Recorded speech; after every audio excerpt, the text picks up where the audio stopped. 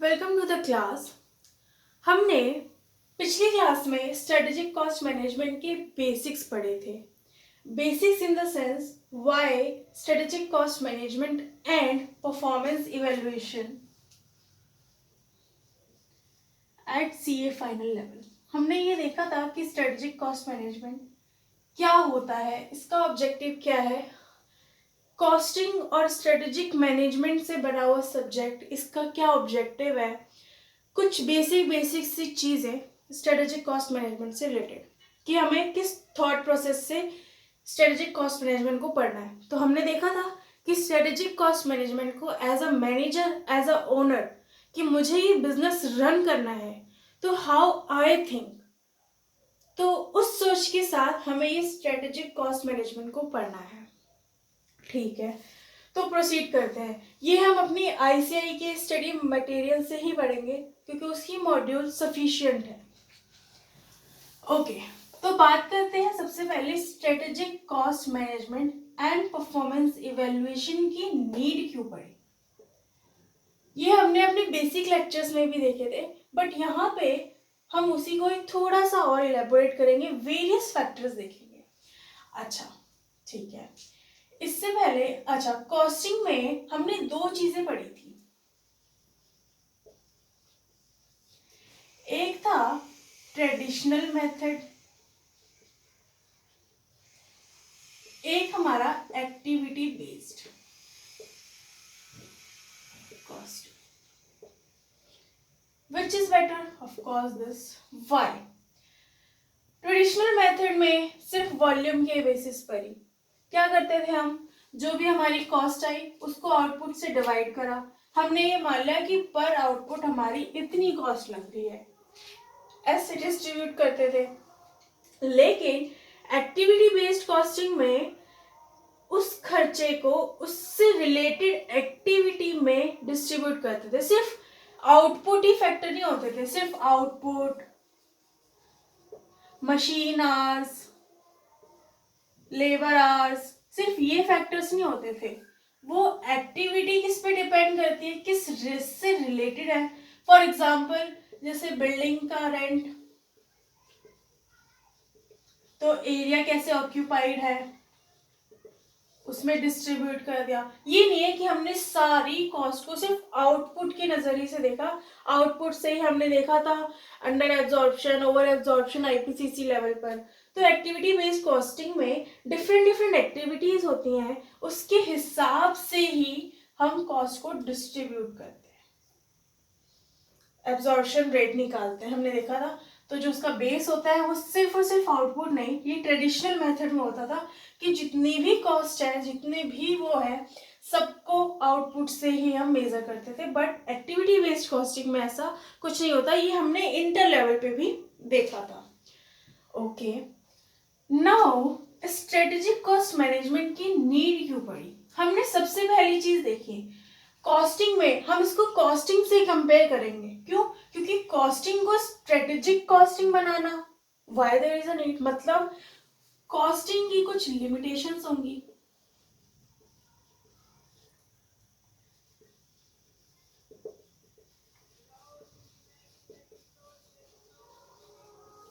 तो वो लिमिटेशंस क्या थी? सबसे पहले हमने देखा कि स्ट्रेटेजिक कॉस्ट मैनेजमेंट में जो हमारा नेचर होता है, मतलब हाउ टू रिएक्ट, हम इसमें रिएक्ट नहीं करते। हम ट्रेडिशनल कॉस्ट मेथड में क्या करते थे, हम स्टैंडर्ड कॉस्टिंग करते थे या बजटरी कॉस्टिंग करते थे। तो वो चीज हम पहले कर चुके होते थे, मैंने लेबर कॉस्ट लगा दी, मैंने मटेरियल कॉस्ट लगा दी, उसके बाद मैं उसको एनालाइज कर रही हूँ कि क्या रीजन है स्टैंडर्ड्स के हिसाब से, बजट्स के हिसाब से, देन मैं उसमें कंट्रोल लगा रही हूँ। लेकिन स्ट्रेटेजिक कॉस्ट मैनेजमेंट में मैं सबसे पहले स्ट्रेटेजी ही ऐसी बना लेती हूँ। मर्सिडीज वालों ने वैल्यू चेन एनालिसिस करके ऐसी स्ट्रेटेजी ही बना ली कि उनको एडवर्टीजमेंट कॉस्ट एक्सपेंस खर्च करने की जरूरत ही नहीं है, क्योंकि वो उनके बिजनेस के लिए नॉन वैल्यू एडिंग एक्टिविटी है। वो एडवर्टीजमेंट करे या ना करे उससे उनके सेल पे कोई इफेक्ट नहीं आएगा। तो यहाँ पे जो हमारा नेचर होता है वो प्रीएक्टिव होता है, प्रीएक्टिव नेचर, नॉट रिएक्टिव। मतलब हम पहले से ही स्ट्रेटेजी फॉर्मुलेट कर लेते हैं, ये नहीं कि हाँ मार्केट में कुछ होगा देन हम देखेंगे देन हम स्ट्रेटजीज बनाएंगे, नहीं, ये प्रोएक्टिव होती हैं, रिएक्ट, जबकि ये हमारी रिएक्टिव होती थी कि how to react to the ये। इसमें हम डायनेमिक एनवायरनमेंट हमने देखा था स्ट्रेटेजिक कॉस्ट मैनेजमेंट में, performance evaluation continuous performance evaluate करना बहुत जरूरी है आज के डायनेमिक एनवायरनमेंट में। तो ये dynamic environment means it considered both internal factors and external factors. Internal factors में हमने देखे थे पोर्टर्स के 5 फोर्सेस, वो बायर वाला कि बार्गेनिंग पावर ऑफ बायर कैसी है, बार्गेनिंग पावर ऑफ सेलर कैसे है, सब्स्टिट्यूट्स हैं या नहीं है, कंपटीशन कैसा है, थ्रेट ऑफ एंट्रेंस मतलब कुछ लिमिटेशंस वगैरह है, ह्यूज कैपिटल चाहिए क्या, ह्यूज कैपिटल रिक्वायरमेंट है, ये सारी चीजें हमने देखी थी। एक्सटर्नल फैक्टर्स में pastel,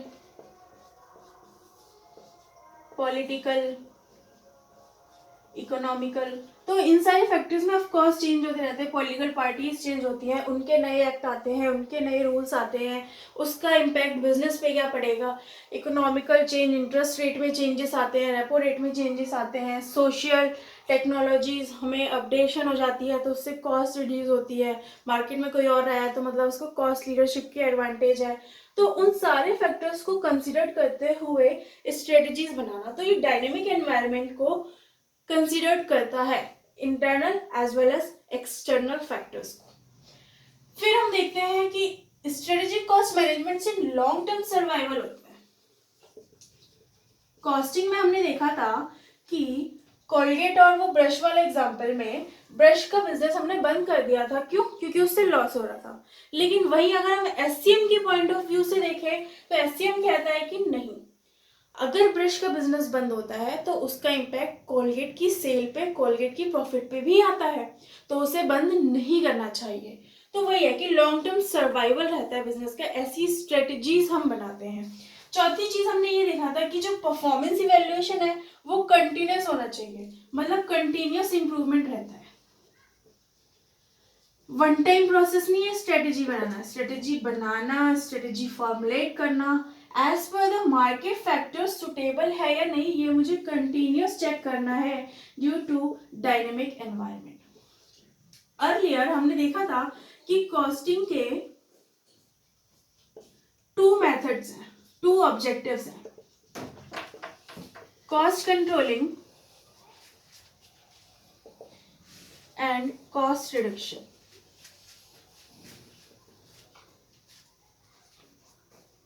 cost controlling and cost reduction, जिसमें कि क्वालिटी कॉम्प्रोमाइज हो सकती है। ऑफ कोर्स अगर मैं किसी भी चीज की जबरदस्ती कॉस्ट रिड्यूस करना चाहूंगी तो कहीं ना कहीं मैं मटेरियल सस्ता लूंगी, लेबर्स अनस्किल्ड लगाऊंगी, तो वहां पे क्वालिटी कॉम्प्रोमाइज होने के चांसेस हैं। दूसरी चीज, this leads to customer dissatisfaction. अब इसका क्या मतलब है, हमने देखा था प्रॉफिट मैक्सिमाइजेशन और वेल्थ मैक्सिमाइजेशन वाला देखा था, और हमने बिजनेस में पढ़ा था कि customer satisfaction is at most, मतलब कस्टमर सेटिस्फाई होना कंपल्सरी है। अगर कस्टमर डिससेटिस्फाइड होता है तो ये बिजनेस लॉन्ग टर्म के लिए नहीं चल सकता, लॉन्ग टर्म सर्वाइवल इसका पॉसिबल नहीं है, क्योंकि जब तक कस्टमर सेटिस्फाई नहीं होता वो कस्टमर किसी और को मना करेगा कि मैंने यहाँ से प्रोडक्ट लिया था, ये प्रोडक्ट में इश्यूज आते हैं, इसके मैंने 2 प्रोडक्ट्स लिए थे, 2 में से 1 खराब होता है, इसकी सर्विस अच्छी नहीं है, आफ्टर सेल सर्विस नहीं देता ये, इसकी कोई वारंटी नहीं है, या फिर इसकी हाई कॉस्ट है और ये क्या कहते हैं चीप मिलता है लेकिन इसमें क्वालिटी इश्यूज है, तो कस्टमर डिससेटिस्फाइड होते हैं। अब कस्टमर डिससेटिस्फाइड होते हैं तो मैं उनको आफ्टर सेल, मैंने कोई वॉशिंग मशीन सेल करी, उस पर वारंटी थी, अब वो 10 में से 9 हमेशा खराब ही होते हैं ड्यू टू क्वालिटी इशू। तो कस्टमर डिससेटिस्फाइड होते हैं, क्यों? क्योंकि आज के ज़माने में किसी के पास टाइम नहीं है। टाइम नहीं है मतलब मैं आपको 2 ऑप्शन देती हूँ। ऑप्शन ए, एक मोबाइल है, उसमें 60,000 रुपीज लगेंगे, कोई डिफेक्ट के चांसेस ही नहीं है। इफ एनी अगर डिफेक्ट हो भी जाता है तो सर्विस सेंटर हमारे अवेलेबल है, आप वहां जाके रिपेयर वगैरह करा सकते हैं। लेकिन जब मैं ये बोलती हूँ कि सर्विस सेंटर है, मतलब मुझे वहां जाना पड़ेगा, मेरा टाइम लगेगा, time value of money, cost लगेगी, ठीक है। ऑप्शन बी, 40,000 का फोन है, कोई गारंटी नहीं है, डिफेक्ट आ सकते हैं, चांसेस ऑफ डिफेक्ट, और सर्विस सेंटर है, सर्विस सेंटर पास में ही है, मैं आपको सर्विस प्रोवाइड करेंगे, आप जो भी है। तो आप कौन सा ऑप्शन चूज करेंगे? द आंसर इज राइट, हम ए ऑप्शन चूज करेंगे। क्यों? यहाँ पे हमने कॉस्ट को कंसिडर नहीं करा, वो 60 का है या वो 40 का है। अगर वो डिफेक्ट के चांसेस ही नहीं है, कोई मुझे श्योरिटी दे रहा है कि डिफेक्ट होने के चांसेस नहीं है, इन केस होता है मतलब रेयरली, अगर जैसे 6 सिग्मा वाली कंपनीज है तो इनमें अगर वो 100,000 प्रोडक्ट्स बनाते हैं ना, तो उसमें कहीं ना कहीं जाके 1-2 प्रोडक्ट डिफेक्टिव निकलते हैं, वो भी रेयर चांस है। 100% के चांसेस होते हैं कि 100% ये डिफेक्ट फ्री है, क्योंकि उनकी स्ट्रेटजीज ही ऐसी होती है, 6 सिग्मा है ही ऐसा, TQM है ही ऐसा, ठीक है। तो हम ये चूज करेंगे, बेशक मेरे 20,000 ज्यादा लग रहे हैं, लेकिन यहाँ पे डिफेक्ट के चांसेस नहीं है। मतलब अगर मैंने कस्टमर को प्रोडक्ट बेच दिया और बेचने के बाद डिफेक्ट निकल रहा है, तो वो डिससेटिस्फाइड रहेगा, उसको सर्विस सेंटर पे जाना पड़ेगा, टाइम किसी के पास नहीं है, सब कुछ फटाफट करना चाहते हैं। तो इस वजह से कस्टमर डिससेटिस्फेक्शन एक मोस्ट इंपॉर्टेंट फैक्टर है, जिसको हमें कंसिडर करना चाहिए कि ऐसे डिफेक्ट्स आए ही ना। जो ये डिफेक्ट आफ्टर सेल्स आ रहे हैं, मैं इनको भी रिड्यूस करने के लिए कुछ ना कुछ स्ट्रेटजीज लगाऊं, ताकि मेरे डिफेक्ट्स आए ही ना और कस्टमर सेटिस्फाइड हो, ठीक है। और क्या लिमिटेशंस थी कॉस्टिंग की? अब मुझे लिमिटेशंस याद करने की जरूरत नहीं है, मुझे पता है कि SCM क्यों बना। कॉस्टिंग की कुछ लिमिटेशंस थी, सारी सी बात है। कोई भी चीज न्यू बनती है, मतलब पुराने वाले में कुछ ना कुछ लिमिटेशंस, कुछ ना कुछ छूट गया था, इसलिए कुछ नया बना है, कुछ मिल के बना है। तो ये सारी कॉस्टिंग की लिमिटेशंस हैं, जो स्ट्रेटेजिक कॉस्ट मैनेजमेंट के फीचर्स हो सकते हैं, कैरेक्टरिस्टिक्स हो सकती हैं। नाउ हमने देखा था कि उसने बोला कि ब्रश वाला बिजनेस बंद कर दो, कॉस्टिंग के हिसाब से था कि भाई ब्रश वाला बिजनेस लॉस दे रहा है तो बिजनेस बंद कर दो। तो ये एक शॉर्ट टर्म आउटलुक है,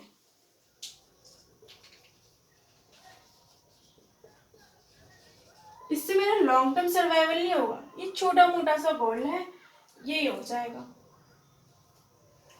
और भी कई सारी चीजें हम सोच के लिमिटेशंस लगा सकते हैं, फिलहाल के लिए हम ये देखते हैं। इसके बाद हम बुक से प्रोसीड करते हैं कि बुक में क्या लिखा हुआ है। अभी तक का जितना हमने पढ़ा, क्या वो बुक में कुछ अलग दिया हुआ है, कुछ इलॉजिकल दिया हुआ है? नहीं। तो हम ICAI स्टडी मैट पढ़ेंगे, ICAI का CA फाइनल का मॉड्यूल जो भी लेटेस्ट वाला है, उससे हम पढ़ेंगे। तो नाउ तो सबसे पहले यहाँ पे ट्रेडिशनल कॉस्ट मैनेजमेंट दिया है। तो ट्रेडिशनल कॉस्ट मैनेजमेंट हमें पता है, ट्रेडिशनल कॉस्ट मैनेजमेंट जिसमें जो बेसिस होते थे वो आउटपुट, मशीन आवर्स, लेबर होते थे।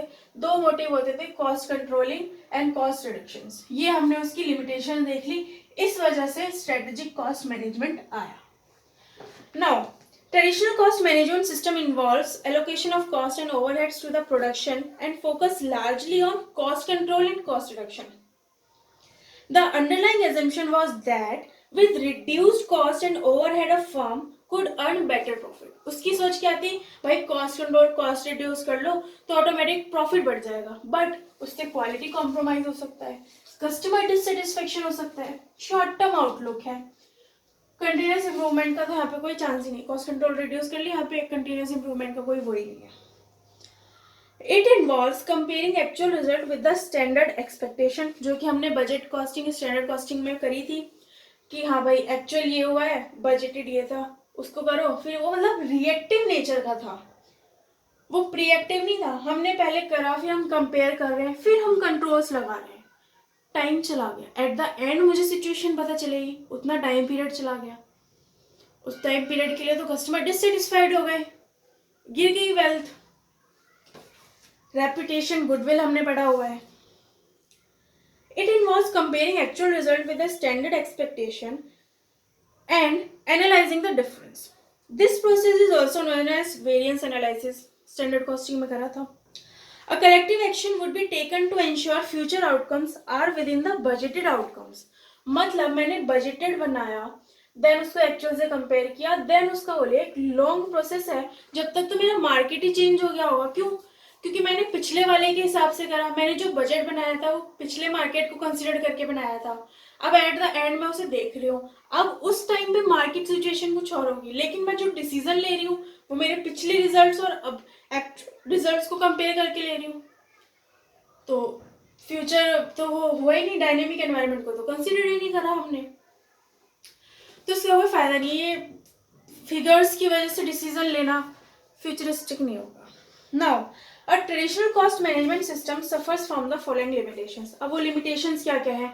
Ignore competition, market growth, customer requirement. हमने पढ़ा है कि अब जो मार्केट है वो सेलर टू बायर हो गया है।